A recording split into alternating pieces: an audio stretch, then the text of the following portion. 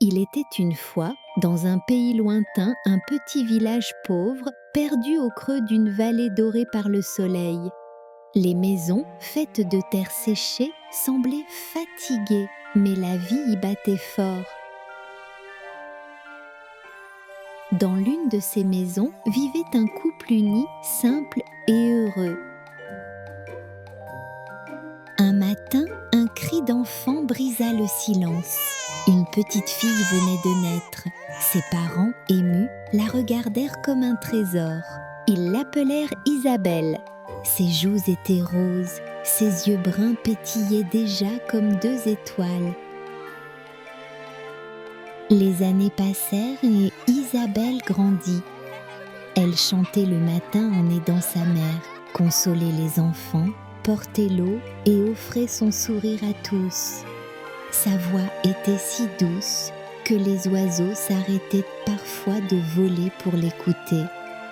Et partout où elle passait, le bonheur semblait fleurir.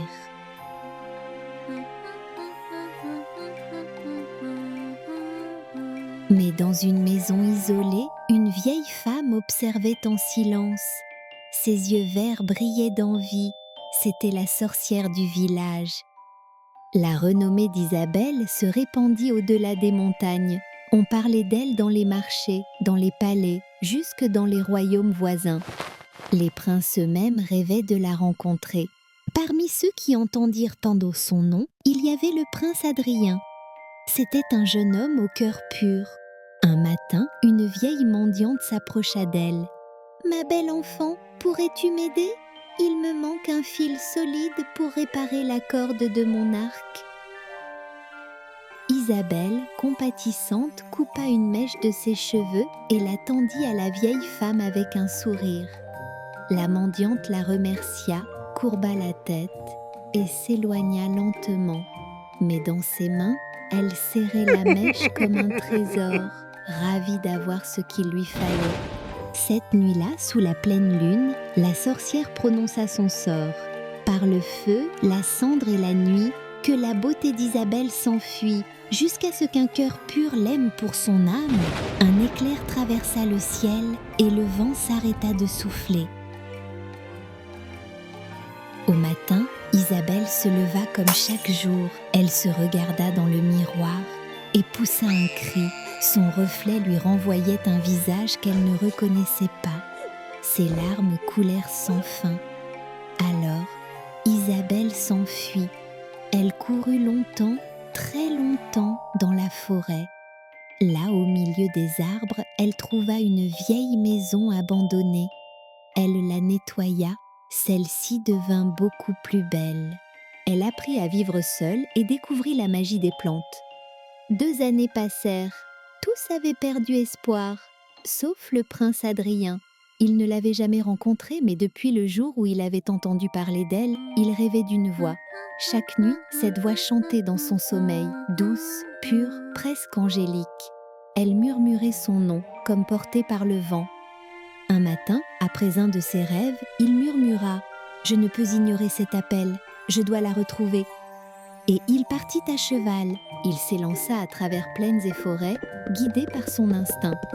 Des jours durant, il chevaucha sans relâche, mais affamé et épuisé, il mangea quelques champignons qu'il trouva sur son chemin sans savoir qu'ils étaient toxiques. Bientôt, il tomba de cheval, inconscient, au cœur de la forêt.